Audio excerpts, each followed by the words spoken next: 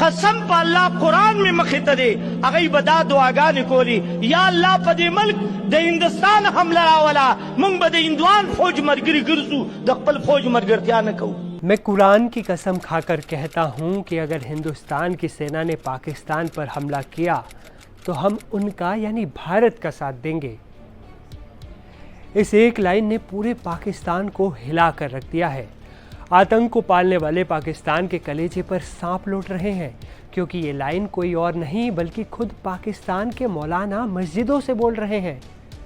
खैबर पख्तूनख्वा की एक मस्जिद के मौलाना मोहम्मद रंगीला ने पाकिस्तानी सरकार और सेना पर जमकर भड़ास निकाली।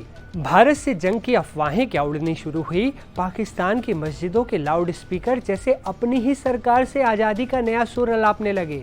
अब आते हैं कहानी के असली क्लाइमैक्स पर। खैबर पख्तूनख्वा की एक मस्जिद के मौलाना मोहम्मद रंगीला ने कुरान हाथ में लेकर ऐलान ठोक दिया कि कसम है कुरान की, अगर भारत हमला करता है तो हम भारतीय सेना के साथ खड़े होंगे। आप खुद सुनिए उनका बयान। कसम पर अल्लाह कुरान में मखे तदे अगई बदा दुआगान कोली या अल्लाह पदे मुल्क द हिंदुस्तान हमला वाला मुंग बदे हिंदुआन फौज मरगिरी गिरजू दखपल फौज मरगिरत्या न कहू। दुमरा जुल्म नशी दा कुरान में का मखे तक क दरोग वर के वाम मां के बेईमान। भाई साहब, मौलाना जी के इस बयान ने तो पाक फौज के खेमे में भूकंप हिला दिया। आपको बता दें कि खैबर पख्तूनख्वा वही इलाका है जहां तहरीक तालिबान का डंका बजता है। एक वक्त था जब यहां पाकिस्तान की फौज ने जनता को जीने नहीं दिया था। यही वजह है कि अब यहां के लोग पाकिस्तानी फौज को नहीं बल्कि भारतीय सेना को सलाम ठोकने की बात करते हैं। बलूचिस्तान की तरह यहाँ भी एक वक्त पर लोग गायब हो जाते थे और किसी को पता भी नहीं चलता था, लेकिन अब आवाज़ें बुलंद हो रही हैं। साफ साफ कहा जा रहा है कि जिन्ना साहब का पाकिस्तान अब अंदर से ही दरकने लगा है। तो ये तो बात हुई खैबर पख्तूनख्वा की मस्जिद की। वहीं पाकिस्तान की राजधानी इस्लामाबाद की मशहूर लाल मस्जिद से भी ऐसी बातें कही गई जिसे सुनकर पाकिस्तान की सरकार, सेना और वहाँ पलने वाले आतंकियों के होश उड़ जाएंगे।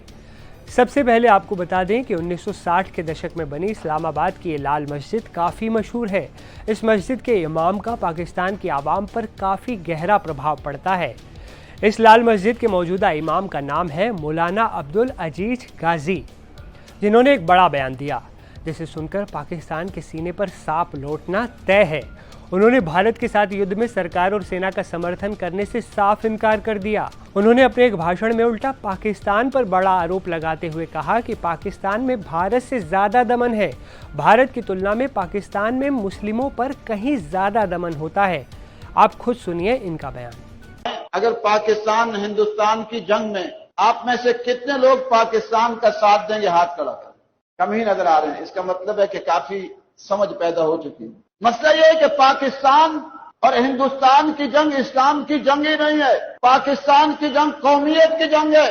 और आप सल्लल्लाहु अलैहि वसल्लम ने फरमाया, किसी ने पूछा कि एक शख्स कौमियत के लिए लड़ता है, शुजाअत के लिए लड़ता है और गैरत के लिए लड़ता है, तो कौन अल्लाह के रास्ते में है? तो आपने उसका उसूल और ज़ाब्ता बताया, मन क़ातला लितकून कलिमतुल्लाहि हियल उलिया। फरमाया वो अल्लाह के रास्ते में जो इसलिए जिहाद करता है, क़िताल करता है कि अल्लाह का दीन सर बुलंद हो जाए। आज पाकिस्तान में जो कुफरिया निज़ाम है, जो जालिमाना निज़ाम है और जो फिस्क़ व फुजूर है, वो हिंदुस्तान से ज्यादा बढ़कर। हिंदुस्तान में इतना जुल्म नहीं है जितना पाकिस्तान में जुल्म है कि लाल मस्जिद जैसा अलमनाक सानहा हिंदुस्तान में हुआ। मौलाना गाजी ने पाकिस्तान के आवाम से गुजारिश करते हुए कहा कि पाकिस्तान का ये युद्ध इस्लाम की रक्षा के लिए नहीं है, बल्कि ये केवल राष्ट्रीयता की लड़ाई है, इसलिए हमें इसमें शामिल होने की कोई ज़रूरत नहीं है।